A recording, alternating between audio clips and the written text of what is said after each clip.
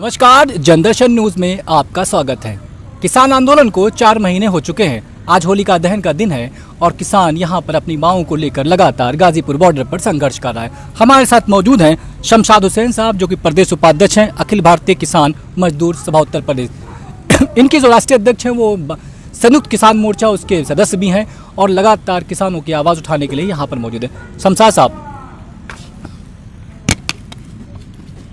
4 महीने हो गए आंदोलन करते हुए, लेकिन अभी तक सरकार की तरफ से ना कोई आपकी बातों को सरकार ने अभी माना है और ना सरकार ऐसा कोई रवैया दिखा रही है कि जो मानने को लग रहा हो। तो ये आंदोलन कैसे आगे बढ़ेगा? देखिए, आंदोलन का विस्तार होता चला जा रहा है और सरकार जो ये सोच रही है कि किसान जो हैं वो हताश और निराश होकर वो पीछे हट जाएंगे, तो यहाँ पूरी रणनीति तैयार है, योजना बनाई हुई है कि जब तक जो है तीनों काले कानून वापस नहीं होते, 2020 बिजली बिल रद्द नहीं किया जाता, तब तक जो किसान यहाँ से नहीं जाएगा, किसान यहाँ पर डटा रहेगा।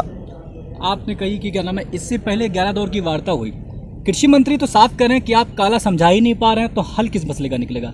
तो क्या वहां जाके आपके नेता बात नहीं कर पा रहे हैं उनसे? देखिए, 11 बार वार्ता हो चुकी, उस वार्ता का मतलब ये है कि सरकार जो है किसानों के आंदोलन के सामने झुकी। इससे ये साबित हो जाता है। और कृषि मंत्री जो कह रहे हैं, कृषि मंत्री वहां बैठे कह रहे हैं, वो अपना जो हो चुनाव है उसमें बीजेपी लगी हुई है। वो तो ये समझ रही है कि हम चुनाव लड़ने के बाद जब लौटेंगे तो हमें किसानों की तरफ से जो है रास्ता साफ मिलेगा, लेकिन उसके बाद इन चुनाव के बाद कितना भारी संकट मोदी बीजेपी आरएसएस सरकार के लिए पैदा होगा, उसे इसका अंदाजा नहीं है। तो क्या लगता है कि ये आंदोलन जो है, आपके कहने का मतलब ये आंदोलन जो है वो हार जीत पे असर करेगा? वहां बंगाल में जीतेंगे तभी असर करेगा, नहीं तो नहीं असर करेगा? नहीं, हार जीत से तो कोई फर्क नहीं पड़ने वाला। अगर वहां पर ये चुनाव जीतती भी है बीजेपी सरकार, तो इस आंदोलन पे कोई फर्क नहीं पड़ेगा, क्योंकि वो चुनावी प्रक्रिया अलग है और ये आंदोलन जो है ये पूरे देश के लिए लड़ा जा रहा है, देश को बचाने के लिए लड़ा जा रहा है। और अगर आप इसे माने कि ये देश की दूसरी आज़ादी का आंदोलन है जिसे किसान लड़ रहा है और इसमें मजदूर भी तेजी से जुड़ता चला जा रहा है। देश में 80% किसान एग्रीकल्चर क्षेत्र है। अगर बंगाल 5 राज्यों में बीजेपी या बंगाल में ही जीत जाती है, तो क्या अपनी बातों को आप किसानों तक समझा ही नहीं पाए? इसका मतलब यही कहा जाएगा? नहीं, हम किसानों को बातें समझा रहे हैं। देखिए, वो पॉलिटिकल वाली बात जो है, राजनीतिक बात, वो अलग है। और ये आंदोलन जो है, यहाँ आंदोलन किसी जाति का नहीं है, धर्म का नहीं है, यहाँ किसान और मजदूर का आंदोलन है। तो वो जो चुनाव है, आप जानते हैं कि चुनाव किस तरीके से बीजेपी लड़ रही है।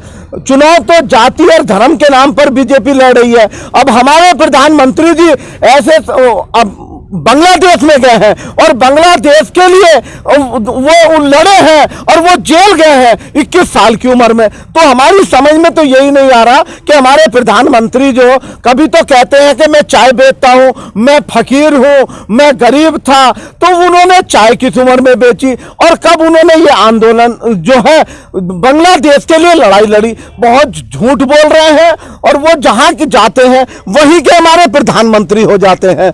जो अपने गुजरात में उन्होंने क्या किया है, गुजरात का मालूम है, 3000 करोड़ की मूर्ति वहां लगाई है, वो मूर्ति डूबने के लिए तैयार है। तो जो सरकार है वो पूरी तरीके से अब भी वही तरीका उसका है कि फूट डालो, राज करो। और बंगाल में भी पूरी तरह से जो है वो टीएमसी को घेरे हुए हैं और तमाम पार्टियां चुनाव लड़ रही हैं। हमें इससे मतलब नहीं है। हमारे टिकैत जी वहां गए और उन्होंने ये कहा कि आप समझ लीजिए कि ये सरकार आरएसएस मोदी की सरकार है जो झूठे वादों पर टिकी हुई है और ये झूठे वादे करने वाली किसान और मजदूर को तबाह और बर्बाद करने वाली पार्टी है। इसके बारे में सोच के वोट कीजिए। किसी भी पार्टी के लिए वहां राकेश टिकैत जी ने कोई समर्थन नहीं किया है। ये बताइए कि आपने कहा प्रधानमंत्री बांग्लादेश गए, उन्होंने कहा कि 70 में हमने प्रतिभाग किया था। तो ये अच्छी बात है, आपके प्रधानमंत्री इतना सब काम किया तो सौभाग्य की बात है कि प्रधानमंत्री सत्याग्रह करके आया है हमारा। देखिए, कोई सत्याग्रह नहीं किया है, वो झूठ बोलते हैं। जिस पार्टी से वो है और जो उनकी सरपरस्त है आरएसएस, उसका तो आजादी में ही कोई भूमिका नहीं थी। उन्होंने तो कोई नखून ही नहीं कटवाया था। इनको ने तो इनके जो नेता हैं उन्होंने तो माफी मांगने का काम करा था, जिसे ये वीर सावरकर कहते हैं। उन्होंने 16 बार अंग्रेजों से माफी मांगी। अटल बिहारी वाजपेयी इनके नेता रहे हैं, उन्होंने क्रांतिकारियों के खिलाफ जो है गवाही दी थी। ये सारा इतिहास में दर्ज है। तो क्या प्रधानमंत्री झूठ बोल रहे हैं? बिल्कुल झूठ बोल रहे हैं, वो तो हर मामले में झूठ बोल रहे हैं। अब तो उनका झूठ बोलने के बाद देखिए 2014 में जब मोदी जी ने चुनाव लड़ा तो उन्होंने कहा था हम किसान की फसल का दुगना 1.5 गुना दाम देंगे, सभी किसानों का कर्ज माफ करेंगे। कोई दुगना नहीं किया गया है। और यहां ये देखिए कि एमएसपी पे कानून बनाने की बात हो रही है, तो ये किसान की फसल खरीदने की गारंटी पर भी कानून बनाने के लिए तैयार नहीं है। इन्होंने लॉकडाउन में ये जून में जो ये कानून बनाया है, जहां पूरी दुनिया जो है कोरोना से बचने के लिए उसका इलाज ढूंढ रही थी, दवाइयां ढूंढ रही थी, हमारे मोदी जी कॉरपोरेट से, विदेशी कंपनियों से, अडानी से, अंबानी से बंद कमरों में बैठकर हमारे किसान को बेचने का काम कर रहे थे, जिसके लिए अब ये हमारा किसान यहां पर जो है आंदोलन कर रहा है। प्रधानमंत्री ने आज मन की बात में भी कहा, उन्होंने कहा कि आधुनिक तकनीक को अपना किसानों की आय दुगनी की जाएगी, लेकिन उन्होंने आंदोलन का जिक्र नहीं किया आज भी। नहीं, कौन सी तकनीक है उनके पास?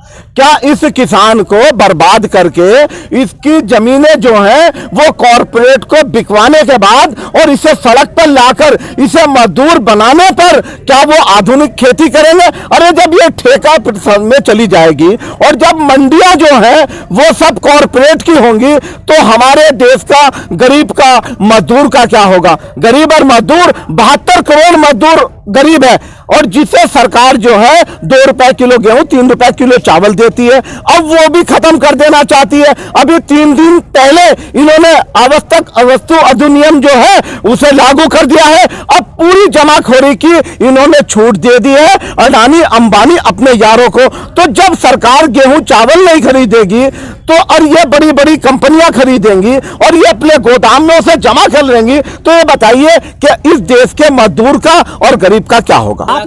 आपने आंदोलन जो कर रहे हैं, आप हमेशा कहा कि शेखर जी भी कहते हैं अहिंसात्मक आंदोलन है ये, लेकिन कल पंजाब में एक विधायक को किसानों ने कपड़े फाड़ दिए, इस तरह उसको मारा गया, तो किसान उग्र नहीं हो रहा है अब? नहीं, देखिए अगर हमें आप उकसाने का काम करेंगे, अगर हमें आप उकसाने का काम करेंगे और गलत तरीके से हमारे सामने पेश आएंगे तो उसके बाद मजबूरी है जनता में कोई ना कोई तो नौजवान ऐसा होता ही है। क्रांतिकारी भगत सिंह के विचारधारा को मानने वाला के घसीट दिया होगा, लेकिन हम इसके पक्षधर नहीं है। तारीख को आकर बीजेपी के 2 विधायक यहाँ पर गुंडों को लेकर आते हैं, 300 गुंडों को, और यहाँ पर तमाम बकवास गाली गलौज करते हैं, हमें उकसाते हैं और हमारे साथ इतनी बदतमीजी की जाती है।